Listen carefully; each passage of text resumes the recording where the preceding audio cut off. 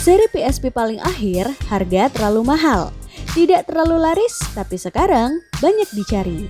Apa ya yang membuat konsol ini banyak dicari di 2023? Ini dia, seri PlayStation Portable paling mini yang pernah dirilis. Punya nomor seri N1000 dengan nama panggilan PSP Go. Desain lebih stylish dengan sentuhan layar model slider. Sayangnya, konsol ini tidak sepopuler abang-abangnya. Penjualannya berhenti di tahun 2011, terhitung cuma 2 tahun sejak perilisan di tahun 2009. Salah satu sebabnya, harga jual yang terbilang mahal saat itu, yakni sekitar 3,5 juta rupiah. Sedangkan PS3 dijual di harga 4,5 juta rupiah. Cuma selisih 1 juta saja. Ya, mending beli PS3 dibanding PSP Go. Selain itu, dihilangkannya UMD player membuat PSP Go ini tidak bisa memainkan game dari kaset UMD. Sebagai gantinya, pemain harus membeli langsung gamenya lewat aplikasi PlayStation Store. Pastinya butuh koneksi internet, ditambah harga game versi digital yang lebih mahal dibanding versi kasetnya, jadi lebih ribet lah di zaman itu. Tapi anehnya, sekarang konsol ini justru paling banyak dicari. Alasan utama adalah desainnya yang unik dan bisa mainin banyak game. Salah satunya game PC yang saat ini saya mainin.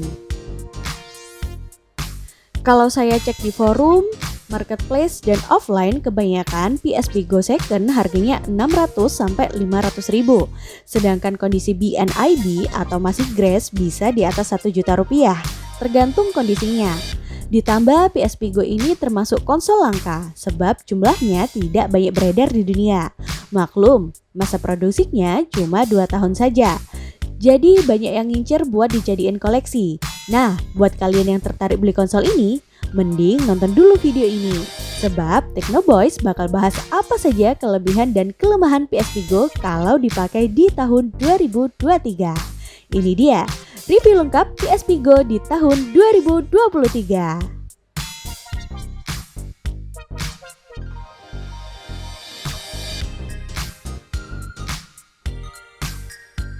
Kelebihan pertama konsol ini jelas pada desainnya.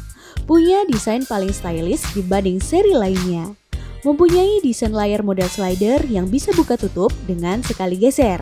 Jika digeser ke atas, akan tampak tombol-tombol dari konsol ini. Semua tombol kecuali R dan L ditaruh di bagian bawah konsol dengan posisi selevel saling berdekatan. Gawai dengan desain layar slider termasuk paling keren dan mahal pada zaman itu. Dan untuk saat ini masih terlihat stylish dan cakep. Masih oke lah kalau dipakai sehari-hari atau dibawa kemanapun. PSP Go ini dibekali dengan layar LCD TFT berukuran 3,8 inch. Memiliki resolusi 480x272 pixel dengan aspek rasio 16:9. Sudah mendukung kualitas warna 24 bit dan warna yang dihasilkan menurut Teknoboys punya saturasi lebih tinggi dibanding PSP seri lainnya. Perbandingannya seperti ini.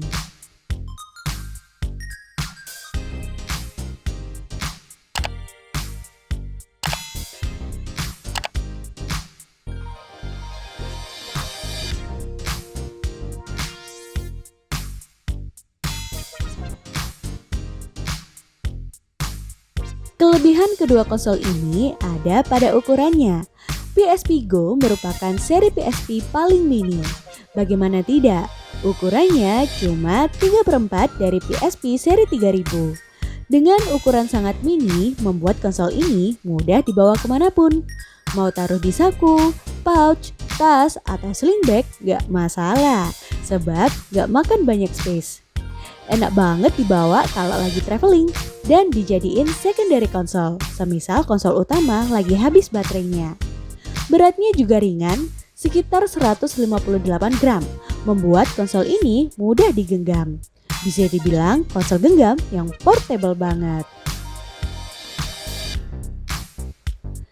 Selain portable, konsol ini juga memiliki keunggulan dari sisi dukungan konektivitas. Semua fitur konektivitas pada seri sebelumnya masih dipertahankan di seri PSP Go ini. Bukan hanya dipertahankan, tapi ada fitur konektivitas baru yang ditambahkan di seri PSP Go, yaitu fitur Bluetooth. Ya, cuma seri PSP Go saja yang mendukung Bluetooth. sedangkan PSP seri lainnya tidak mendukung. Bluetooth yang digunakan masih versi 2.0 yang termasuk versi jadul. Walaupun jadul, tapi masih berfungsi di era sekarang. Masih bisa terhubung dengan perangkat Bluetooth terbaru seperti TWS, headphone Bluetooth, atau speaker Bluetooth. Tapi yang paling penting adalah bisa terhubung dengan stick PS3. Ya, memang itu tujuan awal disematkannya fitur Bluetooth di seri PSP Go ini. Fitur konektivitas lainnya masih tetap dipertahankan, seperti Wi-Fi, audio jack 3,5 mm, dan output ke TV.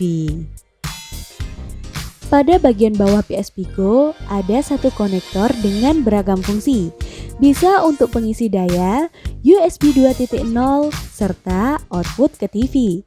Jenis konektornya tidak umum seperti seri lainnya. Bentuknya lebih mirip charger iPod, tapi ini ukurannya lebih kecil, mungkin jenis 20 pin. Menghubungkan ke pengisi daya bisa pakai kabel USB jenis ini. Tinggal sambung dengan adaptor 5V 2A atau 1A. Kabel ini juga bisa dipakai untuk hubungkan ke PC atau laptop. Berfungsi untuk transfer data, baik file aplikasi atau file game. Sambungan ke TV pakai kabel yang beda lagi. Ada kabel khusus untuk sambungkan PSP Go ke layar TV. Namanya kabel AV komponen. Modelnya seperti ini. Masih banyak dijual di pasaran dan ini eksklusif untuk PSP Go saja. Tidak bisa ke seri PSP lainnya. Konektor AV yang digunakan model komponen 5 warna, bukan RCA 3 warna. Jadi pastikan TV yang kalian pakai sudah tersedia input AV komponen.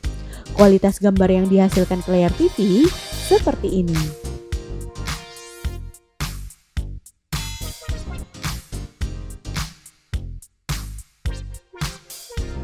Bukan resolusi gambar yang wow sih, tapi cukup lumayan dari kualitas warna. Ya harap maklum, resolusi natif dari PSP Go sendiri hanya 480 x 272 pixel. Mau ditampilkan ke layar HD atau 4K sekalipun, resolusinya tidak akan berubah. Tapi setidaknya dengan kabel komponen ini, kualitas gambarnya tetap terjaga tanpa ada penurunan.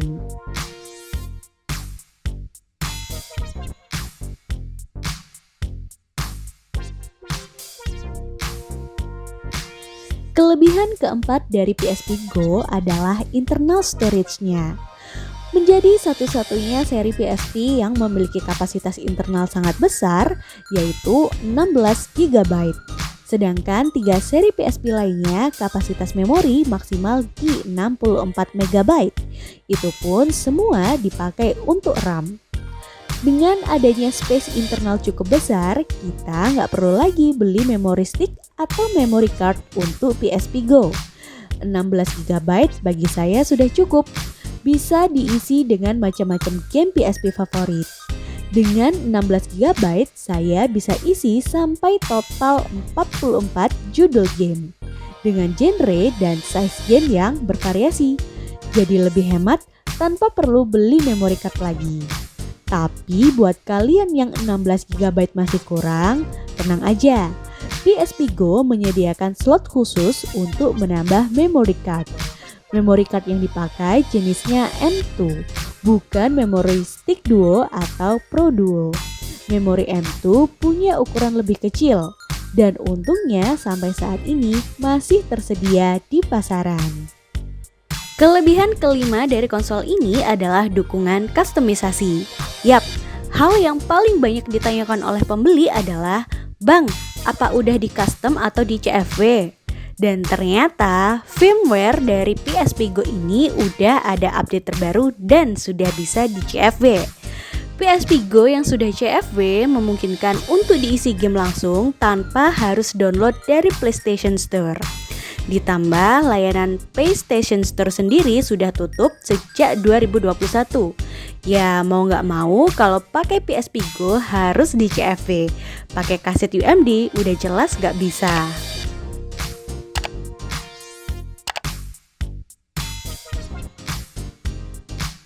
File game PSP bisa kalian download di website manapun yang menyediakan. Banyak banget websitenya. Dan tutorial downloadnya udah banyak dibahas di channel YouTube lainnya. Kalian bisa cari sendiri. Kalau yang saya pakai ini, dia sudah pakai firmware terbaru versi 6.61 dan di sini tertulis Prosi yang tandanya sudah CFW. Ini sudah saya isi puluhan game, baik game PSP maupun game PS1. Ya, dengan CFW kita bisa main game PS1 di konsol PSP langsung. Dengan library game PS1 dan PSP yang jumlahnya ratusan, semakin banyak pilihan judul game yang bisa dimainkan di PSP Go ini. Saya yakin kamu gak bakal bosen buat maininnya. Jadi mau dipakai sampai 10 tahun ke depan masih oke-oke aja. Dan secara grafis, game PSP itu mendekati game PS2. Masih layak banget buat dimainin. Selain itu, bisa juga install aplikasi emulator untuk main game retro dan konsol Nintendo, Sega, atau arcade. Jadi jenis game yang bisa dimainkan lebih banyak dan bervariasi.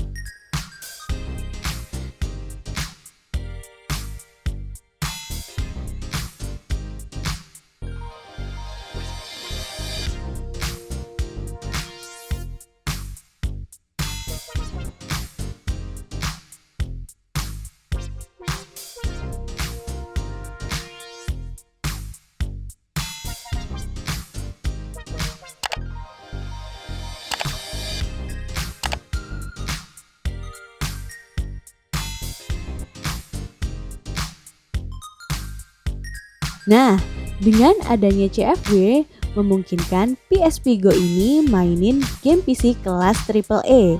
Contohnya seperti yang saya mainkan ini. Sebenarnya bukan game PC yang diinstal langsung ke PSP Go, tapi pakai cara remote play. Konsol PSP Go ini kita jadikan perangkat untuk menampilkan dan meremote seluruh aktivitas yang ada di PC atau laptop, termasuk menjalankan sebuah game. Butuh beberapa settingan dan aplikasi untuk menjalankan fungsi remote play ini. Nah, kalau kalian pengen dibuatin video tutorialnya, kasih tahu ya di kolom komentar.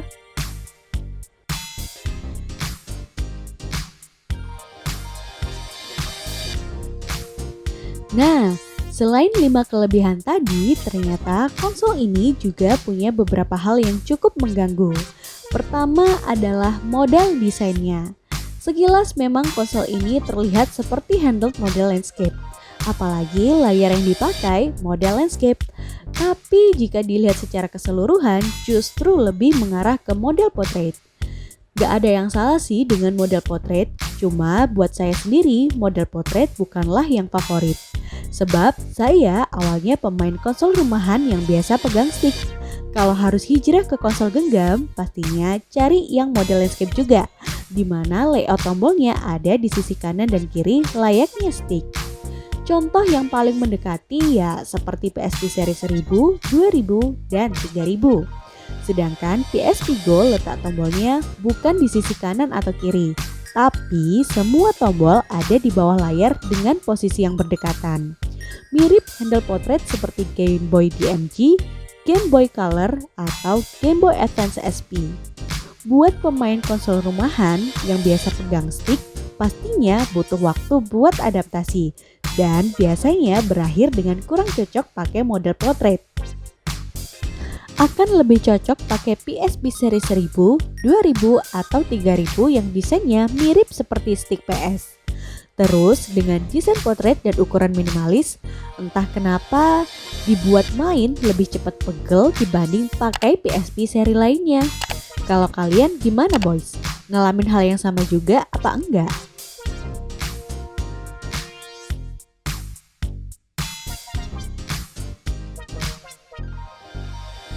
Terus poin kedua yang bikin ganggu adalah tombol R dan L. Tombolnya memang didesain seperti ini, agak sedikit goyang-goyang. Ini malah bikin feel pas neken jadi kurang mantep. Dan efek membalnya kurang berasa. Beda banget sama tombol R dan L di seri 1000, 2000, dan 3000 yang didesain lebih mantep dan tactile. Lalu poin ketiga yang bikin mikir dua kali buat beli PSP Go ini adalah model layarnya yang slider. Layar model slider apalagi produksi lama ditakutkan bermasalah pada fleksibelnya.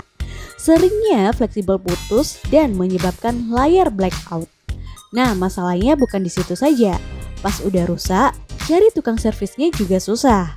Tukang servis banyak, tapi yang mau servis layar PSP Go jarang banget.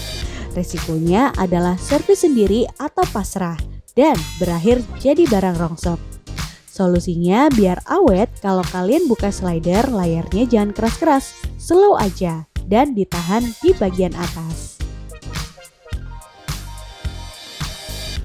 Dan yang terakhir, ada satu hal lagi yang bikin mikir dua kali buat beli PSP Go ini, yaitu baterainya.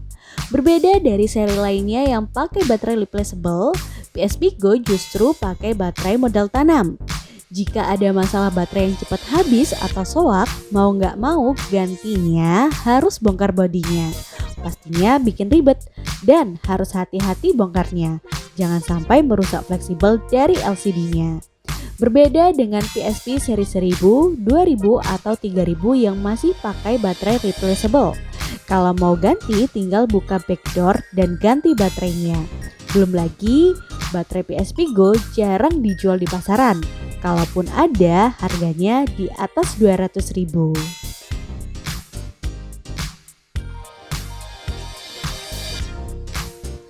Oke boys, itu tadi plus dan minusnya pakai PSP Go di tahun 2023. Buat saya, PSP Go termasuk konsol yang stylish dan cocok banget dijadikan barang koleksi. Dengan keunggulan portabilitasnya, konsol ini bisa jadi teman traveling atau jadi secondary konsol.